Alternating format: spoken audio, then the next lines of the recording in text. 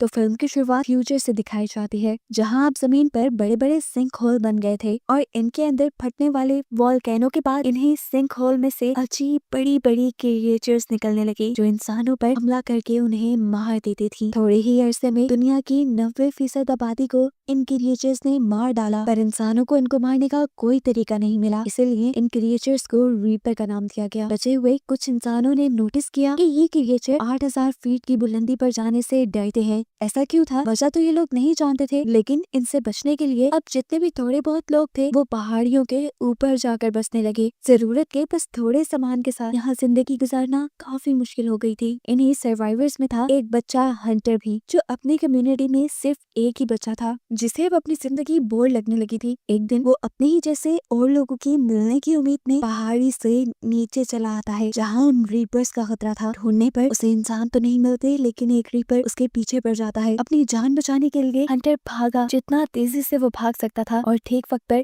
उस रीपर के हमला करने से पहले वो अपनी सेफ लाइन को क्रॉस कर गया। जान तो उसकी बच गई थी, लेकिन अब ये बात उसके डैड को भी पता चल गई थी कि वो नीचे गया था, जो सुनकर उसके डैड बहुत ज्यादा परेशान हो गए और उसके डैड ने उसे समझाया कि नीचे जाना बिल्कुल सेफ नहीं, देखो तुम्हें भागने में भी मसला होता है। यहाँ हमें पता चला कि हंटर को सांस लेने में तकलीफ होती थी और वो हर वक्त फिल्टर्स के सहारे जीता था। हंटर ने अपने डैड को एक्सप्लेन किया, बस मैं और लोगों को ढूंढना चाहता था। जवाब में उसके डैड कहते हैं, देखो हंटर, मैं तुम्हारी मॉम को खो चुका हूँ, अब मैं तुम्हें नहीं खोना चाहता। ये कहकर वो शिकार के लिए चले गए अपने फ्रेंड केटी के साथ, जहाँ शिकार पर भी वो अपने बेटे के लिए काफी उदास और परेशान थे। तब केटी उसे समझाते हैं, देखो वो एक बच्चा है और बच्चे हमेशा नई चीजों को जानने के लिए बेताब होते हैं, तो वे उसे थोड़ी स्पेस देनी चाहिए। ये लोग जब अपना शिकार लेकर वापस आ रहे थे तो रास्ते में इन्हें दिखाई देती है प्रोफेसर नीना। वो रीपर के शेल पर नई नई बुलेट्स बनाकर एक्सपेरिमेंट कर रही थी। कोई तो उनकी बनाई हुई बुलेट उन रीपर को मार सकती थी। 3 साल हो गए थे उन्हें इस एक्सपेरिमेंट को करते हुए, लेकिन अब तक वो नाकाम थी। रात होने पर देखने को मिला कि हंटर की तबीयत बुरी तरह बिगड़ गई, तो देखकर विल भी परेशान हो गया और फौरन उसने जाकर हंटर का फिल्टर चेंज किया। जिसके बाद उसकी तबीयत थोड़ी संभल गई। उसने देखा कि ये उसके पास लास्ट फिल्टर था और अब अगर उसे हंटर की जान बचानी थी तो उसे पहाड़ी से नीचे जाकर हॉस्पिटल से और फिल्टर्स लेकर आने थे। ये बात वो जानता था कि नीचे जाना बिल्कुल सेफ नहीं, लेकिन अपनी बेटी की जान बचाने के लिए उसके पास कोई दूसरी चॉइस भी नहीं थी। यही चीज वो जाकर प्रोफेसर नीना से डिस्कस करता है कि वो नीचे जाने वाला है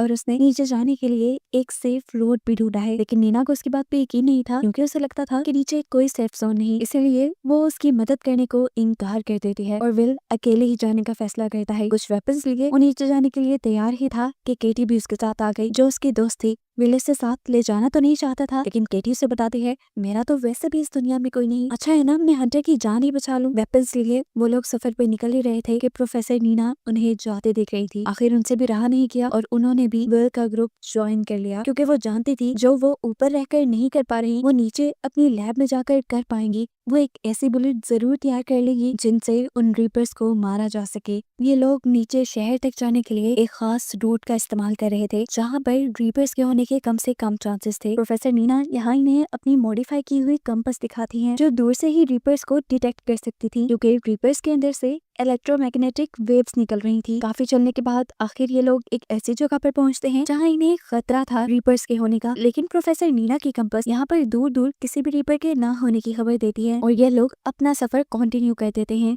यहाँ पर बहुत सारे मिलिट्री ट्रक्स भी खड़े हुए थे, जो जरूर उन रीपर्स को ही मारने आए होंगे, लेकिन इस लड़ाई में खुद मारे गए। इन ट्रक्स में से विल और केटी अपने सर्वाइवल की चीजें ले लेते हैं। यहाँ पर इन्हें बहुत सारे ग्रेनेड्स भी मिले थे, जिन्हें चलाना केटी जानती थी। उन्हें लग रहा था कि अब इन्हें ग्रेनेड्स के जरिए आगे का सफर आसान होने वाला है। प्रोफेसर नीना को यहीं पर रीपर का खोल भी मिलता है, यानी बॉडी का एक पार्ट, जिसे वो उठा लेती है और यहाँ से और सैंपल कलेक्ट करने लग जाती है, ताकि वो इन रीपर्स के बारे में पता चला सके और इनको खत्म करने का कोई रास्ता ढूंढ सके। यही बातों ही बातों में केटी प्रोफेसर नीना को बुरा भला कहने लग जाती है, क्योंकि उसे लगता था कि प्रोफेसर नीना की वजह से उसकी दोस्त और विल की वाइफ की डेथ हुई थी। इनकी लड़ाई इतनी बढ़ गई कि हाथापाई में बदल गई। अभी ये लोग इसी सब में थे कि अचानक उन्हें दूर से किसी रीपर के होने की आवाज सुनाई दी। आगे बढ़कर इन्होंने देखा ये कोई रीपर नहीं था, बल्कि यहाँ पर बहुत सारे घोड़े थे और ये देखकर वो लोग हैरान हो गए कि रीपर्स जानवरों को नहीं मारते थे, वो तो सिर्फ इंसानों को मार रहे थे। ये लोग अब आगे चेयर लिफ्ट तक जाते हैं, जहाँ से इन्हें अपना अगला सफर कंप्लीट करना था। यहाँ आने पर प्रोफेसर नीना को अपनी कंपास से यहीं करीब एक रीपर के होने का एहसास होता है। ये लोग जब अर्थ के फिर देखते हैं उन्हें एक तरफ के दरख्त जलते दिखाई देते हैं, यानी मॉन्स्टर वही था। अगर इन्हें अपनी जान बचानी थी तो फौरन यहाँ से भागना था। फिल और प्रोफेसर नीना बैठ जाते हैं चेयर लिफ्ट के अंदर, जबकि केटी इसकी पावर सप्लाई चलाने की ट्राई करती है। अब जैसे जैसे वो रीपर केटी के करीब आ रहा था, केटी घबरा रही थी। इसी घबराहट में वो रीपर के पास एक ग्रेनेड फेंक देती है, जिसकी वजह से वहाँ बहुत बड़ा धमाका तो हुआ, लेकिन रीपर को इस धमाके से कोई असर नहीं हुआ। ये लोग जल्दी से अपनी चेयर लिफ्ट ऑन करके उसे चला लेते हैं और दूसरी तरफ हमें दिखाया जाता है कि केटी टावर पे चढ़कर अब चेयर लिफ्ट के ऊपर चढ़ने की कोशिश में थी। वो टावर से जैसे ही चेयर लिफ्ट की तरफ जंप करती है तो बदकिस्मती से वो चेयर के ऊपर जंप नहीं कर पाई। वो गिरने ही वाली थी, लेकिन तभी उसे विल ने हाथ पकड़कर बचा लिया। लेकिन इस सब के बावजूद भी मुश्किलें हल नहीं हुई, क्योंकि रीपर अब बिल्कुल उनके पीछे आ चुका था और उनकी चेयर की केबल्स को बुरी तरह हिला रहा था, जिसकी वजह से इनकी चेयर लिफ्ट ही टूटकर नीचे गिर जाती है। और अब अपनी जान बचाने के लिए ये लोग वापसी का रास्ता अपना लेते हैं, यानी ऊंचाई की तरफ भागने लग जाते हैं जहाँ पर ये रीपर्स नहीं आ सकते थे।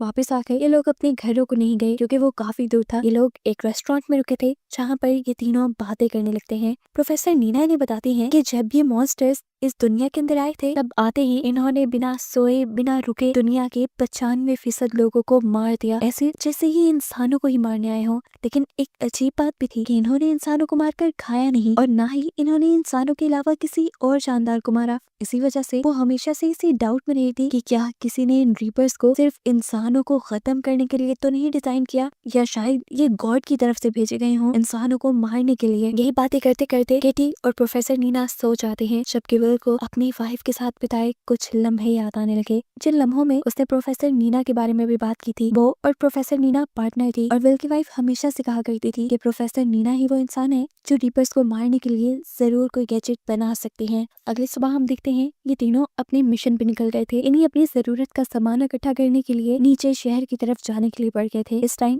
ये लोग एक टनल के जरिए से होते जा रहे थे। आधी टनल तो हाई एल्टीट्यूड पे थी, यानी 8000 फीट की बुलंदी पर थी, जहाँ पर ये रीपर्स नहीं आ सकते थे। लेकिन बाकी आधी टनल का हिस्सा बिल्कुल नीचे की तरफ था, जहाँ पे रीपर्स के होने का खतरा था। इस सब के बावजूद भी ये लोग इस टनल के अंदर बढ़ते रहते हैं। यहाँ पर विल ने प्रोफेसर नीना को ये नहीं बताया था कि उसकी ये कंपास अंडरग्राउंड नहीं चलेगी। काफी घंटों के सफर के बाद इन्हें एक बुरी खबर ये पता चलती है कि टनल की दूसरी एंट्रेंस तो बंद थी। अब इन्हें यहाँ से दूसरी टनल का रास्ता लेना था। इतने घंटों का सफर दोबारा करते तो थक जाते। यहाँ पर एक शॉर्टकट भी था जो छोटी छोटी स्टेयर्स से होकर जाता था। ये लोग उसे इस्तेमाल करने का डिसाइड करते हैं, लेकिन क्योंकि काफी अरसे से ये भी बंद थी तो यहाँ पर बहुत सी चिमगादड़ें थी, बैट्स थी जो इनके ऊपर हमला करती हैं, लेकिन ये लोग बच जाते हैं। फाइनली अब ये लोग एक दूसरी टनल में तो पहुंच जाते हैं, लेकिन यहाँ पर आना इनके लिए बिल्कुल भी अच्छा साबित नहीं हुआ, क्योंकि यहाँ पर पहले से ही एक रीपर मौजूद था जो जैसे बस इनका इंतजार ही कर रहा था। ये लोग जल्दी से अपने हेड्स पे लगी हुई लाइट को कवर कर चुके थे ताकि रीपर इन्हें सेंस ना कर पाए, लेकिन फिर भी रीपर ने इन्हें सेंस कर लिया था, जिससे बचने के लिए ये लोग अब टनल की दूसरी तरफ से भागने लग जाते हैं। और भागते हुए आगे आके थोड़ी ही दूरी पर केटी ने एक ग्रेनेड भी ब्लास्ट कर दिया था, जिससे वो जानती थी कि रीपर तो नहीं मरेगा, लेकिन हाँ उसकी स्पीड थोड़ी कम हो जाएगी उन तक पहुंचने की। और ऐसा करने में वो कुछ % कामयाब हो भी गई थी, लेकिन अब भी रीपर उनके पीछे पीछे था।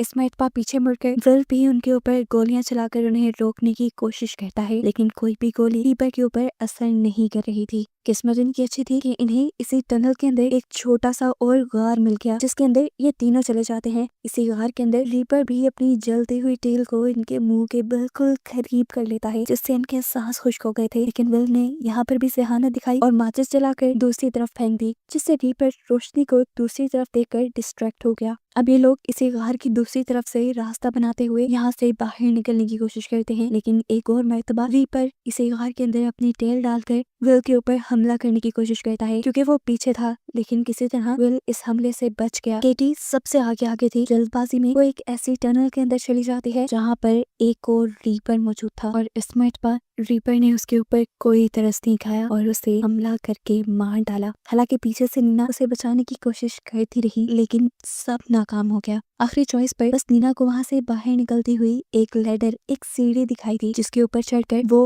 और विल यहाँ से चले गए। केटी को यहीं पर छोड़कर, जिस बात का तो शायद अब इन्हें जिंदगी भर होने वाला था। अब ये लोग एक सेफ एल्टीट्यूड पे आ गए थे, इन्हीं 8000 फीट से ऊपर, जहाँ कोई रीपर नहीं था। ये लोग यहाँ सेफ रह सकते थे, लेकिन नीना इस टाइम सेफ रहने को प्रायोरिटी नहीं देती, बल्कि अपनी मिशन को प्रायोरिटी देती है और अपनी लैब्स की तरफ बढ़ने का फैसला करती है। यहाँ पर बहुत सारे ऐसे घर थे जिसमें अब कोई इंसान नहीं रहता था। उन्हीं में से एक घर के अंदर विल और प्रोफेसर नीना आ चुके थे। यहाँ पे खाने के लिए भी बहुत कुछ था। नीना दोनों के लिए खाना बना दी है और यहाँ बैठकर विल को हंटर की याद आ जाती है। उसे ये खाना बहुत पसंद था, लेकिन उनके शहर में ये सादा सा खाना भी नायाब हो गया था। फिर अब नीना विल को एक्सप्लेन करती है कि कैसे वो डिफरेंट केमिकल्स के मिक्सचर से एक ऐसी बुलेट तैयार कर सकती है जो उन रीपर्स को मार सकता है। नीना को लग रहा था कि इनके अंदर कोई मैग्नेटिक पावर जरूर है, पर एक खास केमिकल कॉम्बिनेशन की मदद से ये लोग उनके अंदर के ही इलेक्ट्रोमैग्नेटिक चार्ज को किसी बॉम्ब की तरह डिस्ट्रॉय कर सकते थे, जिससे उन रीपर्स के मर जाने का 90% तक चांस है।